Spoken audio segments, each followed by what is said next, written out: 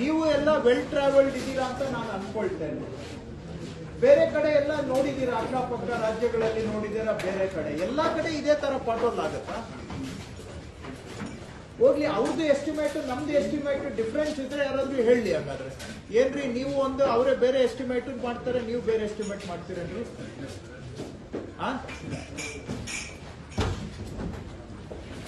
Estimate ಒಂದೇ ಇದ್ರೆ ಪಾಟೋಲ್ಗಳು ಯಾಕೆ ಉದ್ಭವ ಆಗ್ತದೆ?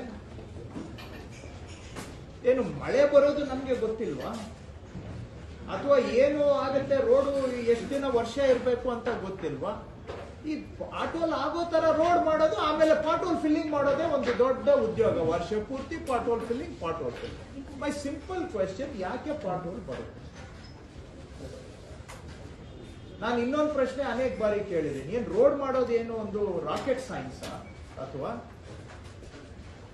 ಹೇಳಿ ಅದನ್ನಾದ್ರು. ಇಲ್ಲ ಸರ್, ಅದು ಬಹಳ ಕಷ್ಟದ ಕೆಲಸ, ನಿಮ್ಗೆ ಗೊತ್ತಿಲ್ಲ, ಹೋಗಿ ರೋಡ್ ಮಾಡೋದು rocket science. Simple question.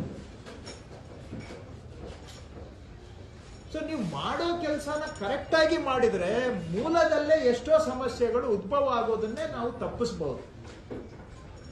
Prevention is the best cure.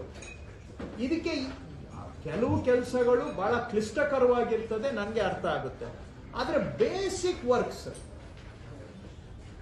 ನಾವು ಸರಿಯಾಗಿ ಮಾಡಿದ್ರೆ ಎಷ್ಟೋ ಸಮಸ್ಯೆ ಉದ್ಭವ ಆಗದಾಗೆ ನಾವು ನೋಡ್ಕೊಳ್ಬಹುದು, ಪ್ರಿವೆನ್ಷನ್ ಮಾಡಬಹುದು. ಸೊ ಇದು ಯಾವಾಗ ಆಗುತ್ತೆ? ಒಂದು ಸಿಸ್ಟಮ್ ಸರಿಯಾಗಿ ನಡೆದ್ರೆ ಇದೆಲ್ಲ ಆಗುತ್ತೆ. ಸೊ ನೀವು ನಡೆಸಬೇಕು. ಇಲ್ಲಿ ಚೀಫ್ ಇಂಜಿನಿಯರ್ಸು ಇದ್ದೀರಾ, ನನಗೆ ಅರ್ಥ ಆಯ್ತು, ನಿಜವಾಗೂ ನನಗೆ ಅರ್ಥ ಆಗದೆ ಇರೋದು ಏನಿದೆ ರೋಡಲ್ಲಿರಿ ಅಂತದ್ದು. ಈ ಕಡೆಯಿಂದ ರೋಡ್ ಮಾಡ್ಕೊಂಡು ಹೋದ್ರೆ ಆ ಕಡೆ ಪಾಟೋಲ್, ಆಮೇಲೆ ಪಾಟೋಲ್ ಫಿಲ್ಲಿಂಗ್, ವರ್ಷ ಪೂರ್ತಿ ಪಾಟೋಲ್. ಬೆಂಗಳೂರು ಅಂದ್ರೆ ಪಾಟೋಲ್ ಬಿಟ್ರೆ ಇನ್ನೇನು ಚರ್ಚೆ? ಏನ್ ಹೇಳಿಯಪ್ಪ ಯಾರಾದ್ರೂ ಇಂಜಿನಿಯರ್ಸ್? ಪಾಟೋಲ್ ಇಲ್ಲದೆ ರಸ್ತೆ ಮಾಡ್ಲಿಕ್ಕೆ ಆಗೋದಿಲ್ವಾ? ಬರದ ಹಾಗೆ ಅಕ್ಕಪಕ್ಕ, ಈಗ ನಾನು ಯಾವ್ದು ರಾಜ್ಯ ಹೆಸರು ಹೇಳಲಿಕ್ಕೆ ಹೋಗೋದಿಲ್ಲ,